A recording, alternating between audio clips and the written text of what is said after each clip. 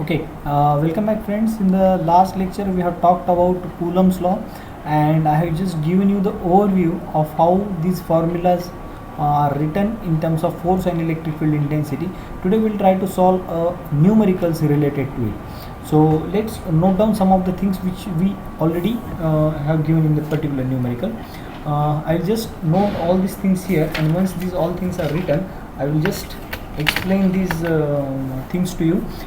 First of all, what is that? The 2 point charges. The first point charge is of 1 millicoulomb, first point charge, and another charge is of minus 2 millicoulomb, are located at 3, 2, minus 1, and another charge is located as minus 1, and 4. So calculate the electric force on the third charge. The third charge is 10 nanocoulomb of a charge. So at this particular point we need to calculate a force which is located at 0, 3, 1 and electric field intensity at this particular point. So to understand that, we'll see how we can solve this particular numerical. So if these are the three charges given to me in the numerical, so the first charge is of 1 millicoulomb at 3, 2, minus 1, another is minus 2 millicoulomb at minus 1, 1, 4. So we need to calculate a force on 10 nanocoulomb charge which is at 0, 3, 1. How we can do that? So the simple step. So a step 1.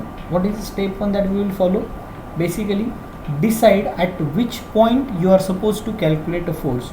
You are supposed to calculate a force at this particular point 0, 3, 1 due to 1 millicoulomb and minus 2 millicoulomb. So we'll in the step 1 we'll calculate force acting on 10 nanocoulomb charge which is at 0, 3, 1 due to 1 millicoulomb charge at 3, 2, minus 1. We'll see how we can solve this particular thing. So if I want to calculate this particular thing, how we can solve it? So simple trick. So you just draw 2 points in your pages. Sorry.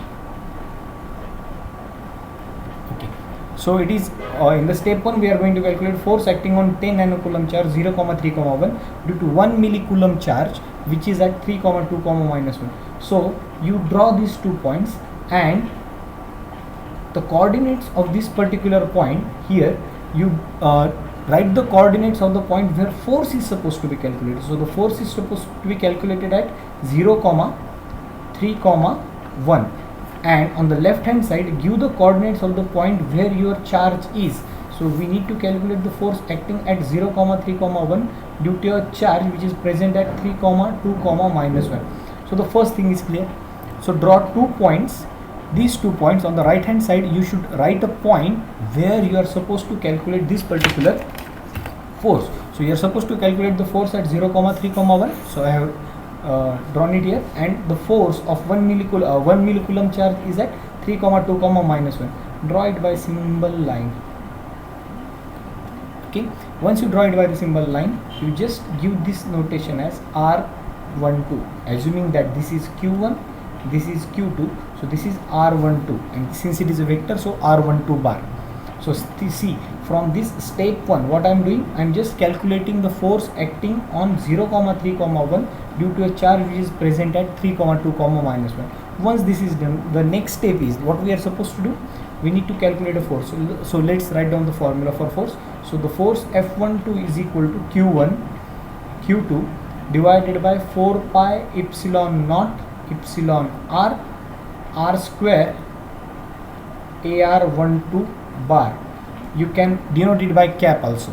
So multiplication of charge Q1 Q2 divided by 4 pi epsilon naught epsilon r square. So let's call this as equation number 1. Okay. Now I am supposed to calculate R12 bar. So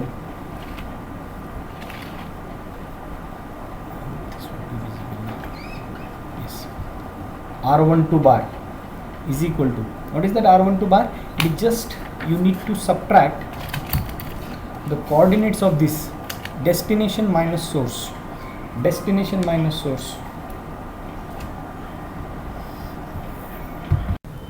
So R12 bar is to be calculated by destination minus source. What is that R12 bar? see the x coordinate of destination. So this is q1 is at our source, q2 is our destination. Force is supposed to be calculated at this particular point. So x coordinate of destination minus x coordinate of source. So it is 0 minus 3. 0 minus 3. So I can write r12 bar as minus 3 ax bar. Since it is a Cartesian coordinate system. See, minus 3 ax bar. Let's go back here once again. And now the y coordinate 3 minus 2. 3 minus 2, it is plus 1. So the next coordinate will be 3 minus 3 ax bar. Give me a minute. Yes, now it's okay. Minus 3 ax bar plus ay bar, and finally what is the third coordinate? It is 1 minus of minus 1, that is plus 2 az bar. So this is our r12 bar. Once we have r12, can we calculate mod of r12? Yes, mod of r12 will be calculated as how we can calculate mod of r12? r12 mod is equal to under root of, what is that value? Yes. Yes. So what will be r12 bar? It will be minus 3 square plus 1 square plus 2 square. So you can calculate r12 bar is equal to 9 plus 1 plus 4. So 9 plus 5 under root 14. Is it okay? So this is mod of r12. Why we need this? Because we need to put all these things in this particular equation. So if we put this, so we will rewrite first of all equation number 1 once again, just for our convenience. f12 bar is equal to q1 q2 divided by 4 pi epsilon r square or r12 square in our case, since we need to calculate a force. It is a r12 bar. Is it okay? So ar12 bar can be written as, so it is exactly same. ar12 bar can be written as, so it is q1 q2 upon 4 pi epsilon naught epsilon r. We can write r12 square.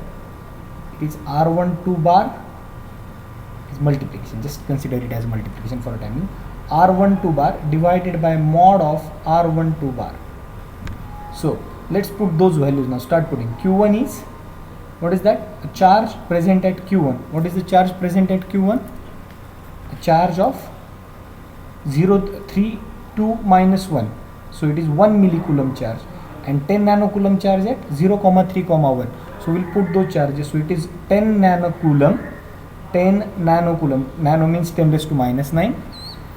And 1 millicoulomb. So 1 into 10 raised to minus 3 divided by 4 pi epsilon naught epsilon r. We have already calculated this r12. r12 or mod of this thing. See, we have calculated this r12 as under root 14. So if I want to put it r12 square, it is under root 14 square into, now let's look at this particular thing. I need to put that this is the most important part of solving this numerical. Once you don't commit a mistake while writing and while solving this particular point, your numerical is almost done. So r12 bar, how we have calculated, is minus 3 ax bar plus ay bar plus 2 az bar divided by under root of 14. Now you can do this calculation. We already know, if I write 1 upon 4 pi epsilon naught, in this corollary we have gone through that, we know, since we will write, since 1 upon 4 pi epsilon naught is equal to 9 into 10 raised to plus 9, put all those values and get the answer. Okay, so your answer will be in terms of ax bar, ay bar and az bar. See, don't get confused. Ax bar, ay bar and az bar are the unit vector in the direction of x, y, z respectively. You already know that thing. You were writing in the vector calculus as ijk, but right now we will refer it as ax bar, ay bar and az bar. Get that answer and find the answer in terms of Newton. Once you get that answer, in the next lecture we will try to solve this electric field intensity. We will solve the half of the remaining part of this particular numerical. So I hope you understood this. We will repeat the half of the part in the next lecture, and we will try to get the final answer. Thank you very much.